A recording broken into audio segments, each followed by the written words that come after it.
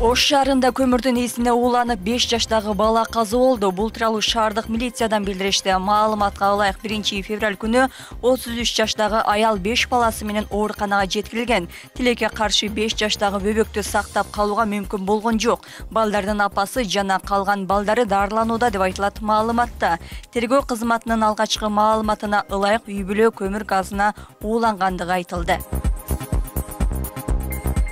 Бишкекте окуучулар таштанды челектен таап алган ымыркай чарчап калгандыгын Саламаттыкты сактоо министрлиги маалымдады. Эскерте кетсек, окуя 29 январда болгон. Лен райондук милициясы Наристин Тергелпо көчөсүндөгү таштанды челектен табылгандыгын маалымдаган. Айына жетпей төрөлгөн кыз бала шаардык балдар ооруканасына өтө оор абалда жеткен. Жандандыруу бөлүмүндө дарыланып жаткан болчу. Укук коргоо органдары кылмыш ишин козгоп, баланын энесин издеп жатышкан.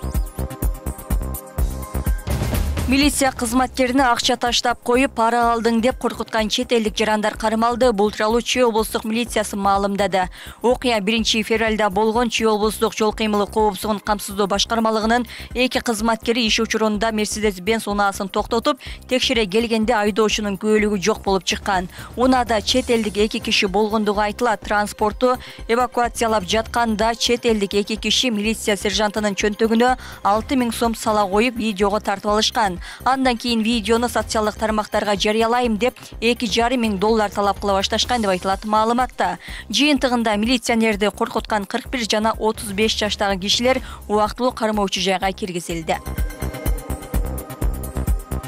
Президент Садыр Жапаров Кытайга мамлекеттик сапары менен барат. Буга чейин Синхуа агенттиги Кытайдын тышкы иштер министрлигинин маалыматына таянып, Жапаров аталган өлкөгө кер төрагасы Си Цзиньпиндин чакыруусу менен барарын жазган. Алдыдагы сапардын чоо жайы азырынча айтыла элек.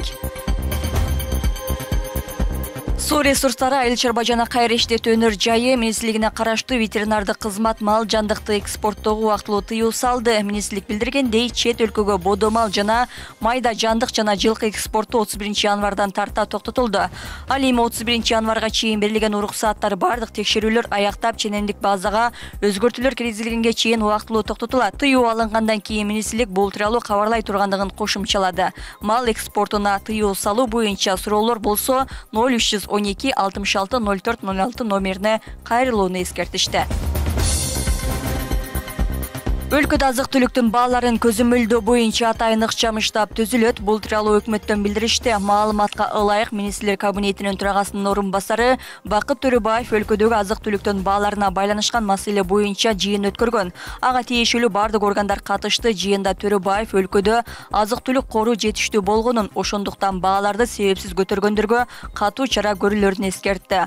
Азык-түлүк бааларын дыккат көзөмөлгө алуу экономика жана коммерция министрлигине, монополияга каршы жөнгө салуу кызматына жана жергиликтүү бийликтерге жүктөлдү. Эми бул мамлекеттик органдар аймактарда азык-түлүктүн баасын көзөмөлдөө боюнча атайын ыкчам штабтарды түзүп, иштин жүрүшү боюнча президенттик аппаратка отчет беришет.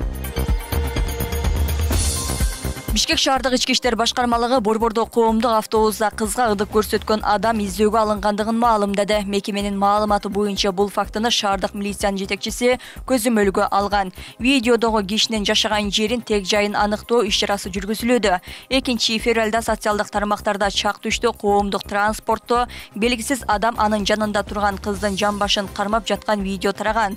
Автобус аялдамада токтогондо кыз анын артынан ошол сөз болуп жаткан киши түшүп кеткен. Бул тасма коомдо талкуу жаратып, адамдар кызга ырдык көрсөткөн кишине жоопко тартууну талап кылып жатышат. Кыргызстанда буга чейин дагы коомдук жайларда жумушта аялдарга сексуалдык ырдык көрсөткөн окуялар боюнча арыз даттануулар болгон.